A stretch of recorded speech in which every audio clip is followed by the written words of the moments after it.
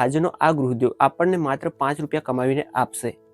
પણ ભવિષ્યમાં એટલી બધી સ્ટેપેબલ આવક આપે એટલી એનામાં તાકાત છે મિત્રો, કે જેના આધારે આપણે આપણા જે પણ સપનો છે પૈસાને લગતા એ સંપૂર્ણ સાકાર કરી શકીએ. ઓલરેડી આપણે જે પણ ગૃહોદ્યોગની વાત કરવાના છે તો ડિટેલ જણાવું જ મિત્રો, પણ આજના ટાઈમે આપણે જે પૈસા માટે જે પણ ધંધો કરીએ છીએ કે જે પણ નોકરી કરીએ છીએ કે સમથિંગ 500,000 રૂપિયા દિવસના કમાઈ લેવીએ અને જે પણ પોતાનું કામ છે પૈસાને લગતું એ થઈ જાય, તો એના માટેની જે કોશિશ કરીએ છીએ એની સાથે સાથે જો આ ગૃહોદ્યોગ આપણે પાર્ટ ટાઈમ પણ સ્ટાર્ટઅપ કરીશું તો પોતાના ઘરથી સ્ટાર્ટઅપ થઈ જાય એવો છે. અને ઓલરેડી એની ડિમાન્ડ પણ માર્કેટમાં છે કે જ્યાં આપણે સેલિંગ કરવાની પણ જરૂરિયાત નથી, માત્ર એની જે પણ રીત છે, જે પણ સ્ટ્રેટેજી છે એ ઓલરેડી આપણે ફોલો કરીએ છીએ. તો ઘણા બધા રસ્તાઓ એવા છે કે જેના માધ્યમથી માની લો કે આપણે સ્ટાર્ટઅપ કરીએ છીએ અને જો ગ્રો નથી કરી શકતા આ ગૃહોદ્યોગમાં, તો રિટર્ન પણ તમે બેકઅપ થઈ શકો છો. જે પણ ગૃહોદ્યોગ છે એની સંપૂર્ણ ડિટેલ તો આપણે મિત્રો આ જગ્યાએ જોવાના જ છે, પણ એને એક રિયલ એક્ઝામ્પલના માધ્યમથી આપણે સમજવાની કોશિશ પણ કરીએ અને આપણે સ્ટાર્ટઅપ કરીશું તો ખરેખર ગ્રો કરીશું કે કેમ, સંપૂર્ણ ડિટેલ તો મિત્રો જોઈએ જ છે. પણ એ સાથે સાથે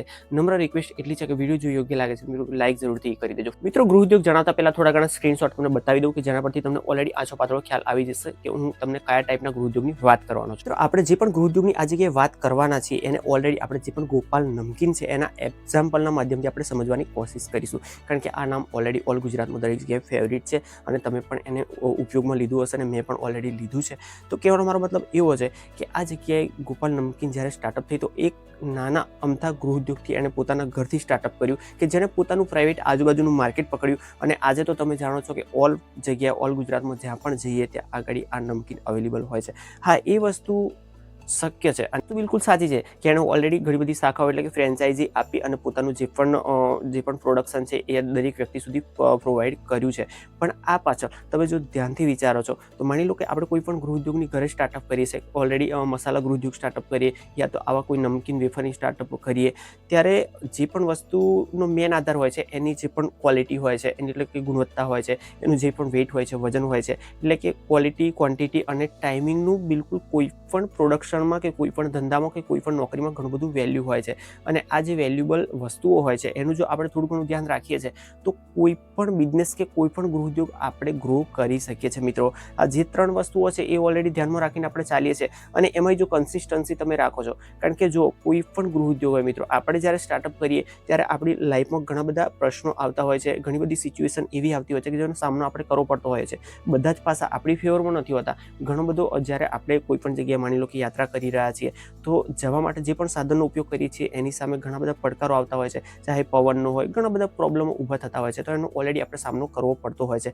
તો આવી જ વાત છે કે ગોપાલ નમકીનની, અને સ્ક્રીનશોટ પરથી તમને ઓલરેડી એટલી જ વસ્તુ સાબિતી આપવા માંગુ છું કે જ્યારે માર્કેટમાં આટલી બધી પરિસ્થિતિનો સામનો કર્યા પછી જ્યારે એણે પોતાનું નામ કરી દીધું હોય, માર્કેટમાં એક બ્રાન્ડ બની ગયું હોય અને જ્યારે નાના છોકરાને કોઈ વેફરની વાત કરવામાં આવતી હોય કે વેફર પોતે ખરીદવા માંગતું હોય ત્યારે એના મોઢેથી ગોપાલ નામ નીકળતું હોય, તો તમે વિચારો કે દિલ અને દિમાગમાં ગોપાલ નામ કેટલું બધું ફિટ બેસી ગયું છે. અને ત્યારે એની સામે કોઈ પડકાર એવો આવતો હોય કે જ્યારે એ નાસીપાસ થયા વગર, આજે મેં તમને જે સ્ક્રીનશોટ બતાવ્યા ઓલરેડી હળદરના છે, ઓલરેડી બેસનના છે, ઓલરેડી મરચાના છે, તો તમે વિચારો કે 5 રૂપિયાથી સ્ટાર્ટઅપ કર્યું છે જેણે, કે જે માત્ર એક વેફર પ્રોવાઈડ કરે છે અને એની સાથે સાથે જ્યારે બ્રાન્ડ બન્યા પછી એ ઓલરેડી જે પણ જીવન ઉપયોગી જે પણ ચીજ વસ્તુઓ છે કે જે કરિયાણા મસાલો છે એ પ્રોવાઈડ કરે છે. વિચારો તમે કે એક પોતાનો ગૃહોદ્યોગ માટેનું આપણું પગલું ક્યાંથી ક્યાં પહોંચાડી શકે, પણ એની જે સફર છે એ બિલકુલ સરળ નથી રહી મિત્રો. એને સ્ટાર્ટઅપ કર્યું ત્યાંથી અત્યાર સુધી ઘણી બધી સ્ટ્રગલ વેઠી છે અને એ વેઠ્યા પછી જ્યારે એ આજે સક્સેસફુલ છે ત્યારે કહેવાનો મારો મતલબ ટૂંકમાં એવો છે કે આજના ટાઈમે કોઈ પણ ગૃહોદ્યોગ હોય,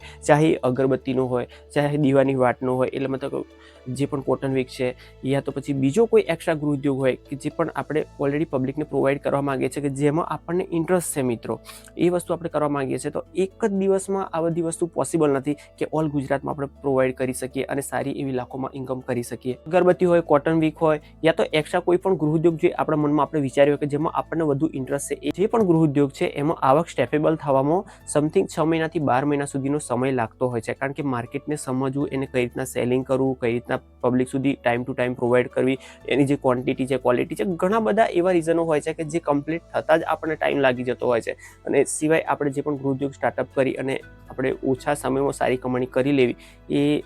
અશક્ય નહીં મિત્રો, પણ સરળ પણ નથી. એના સમયમાં આપણે વિચારતા હોઈએ કે એક નાનકડો ગૃહ ઉદ્યોગ આપણે આપણા ઘરેથી સ્ટાર્ટઅપ કરીએ, યા તો કોઈ સ્મોલ બિઝનેસ આઈડિયા એવો છે કે જેને ઓછા રોકડમાં આપણે સ્ટાર્ટઅપ કરીએ, પણ ક્યાંક ને ક્યાંક આપણું જે પણ માર્કેટનું કોમ્પિટિશન હોય છે ત્યાં જ આપણા મનમાં વિચાર આવતો હોય છે કે ઓલરેડી આ ગૃહ ઉદ્યોગ કે આ બિઝનેસ આઈડિયા તો બીજી કોઈ વ્યક્તિ કરી રહી છે, તો આ જે પણ કોમ્પિટિશન છે એ જોઈ અને આપણું મન ક્યાંક ને ક્યાંક પાછું પડતું હોય છે, કારણ કે આપણને ક્યાંક ને ક્યાંક અંદર ડર હોય છે કે આપણે ફેલ થઈ જઈશું. પણ મિત્રો જો એને સ્મોલ પાયે જો આજે સ્ટાર્ટઅપ કરીએ છીએ તો ઘણી બધી મોનોપોલી એવી છે કે જેને ફોલો કરતાં કરતાં આપણે પોતાનો જે પણ ગૃહ ઉદ્યોગ છે એ સ્ટેપેબલ કરી શકીએ, આવક કરી શકીએ. કારણ કે આજના ટાઈમે માર્કેટમાં તમે જોયું હશે કે ઘણી બધી વસ્તુઓ એવી છે કે ઓલરેડી અવેલેબલ છે, છતાં પણ ઘણું બધું માર્કેટમાં એ જ વસ્તુનો કોઈ પણ ગૃહ ઉદ્યોગ આવે છે યા તો કોઈ બિઝનેસ લઈને આવે છે કે જે ઓછા ટાઈમમાં સફળ થઈ જતો હોય છે. તો આ જગ્યાએ માત્ર આપણને એવું લાગતું હોય છે કે ઓછા સમયમાં રાતોરાત કોઈ પણ બિઝનેસ ગ્રો થઈ ગયો, પણ એણે જે શરૂઆત કરી હોય છે ક્યાંક વર્ષોની મહેનત હોય છે અને માત્ર એક જ દિવસ એને વિકાસ થતા લાગતો હોય છે, એવું આપણને લાગતું હોય છે. આજના સમયે જે પણ કોમ્પિટિશન છે એ કોમ્પિટિશનમાં પોતાનો જે પણ ગૃહ ઉદ્યોગ છે કે જે પણ પોતાનો બિઝનેસ આઈડિયા છે એ કઈ રીતના ગ્રો કરવો, તો એના માટે ઘણા બધા સ્ટેપ છે અને એ સ્ટેપ જો જાણવા માંગતા હોય તો અત્યારે જ તમે કમેન્ટ કરો,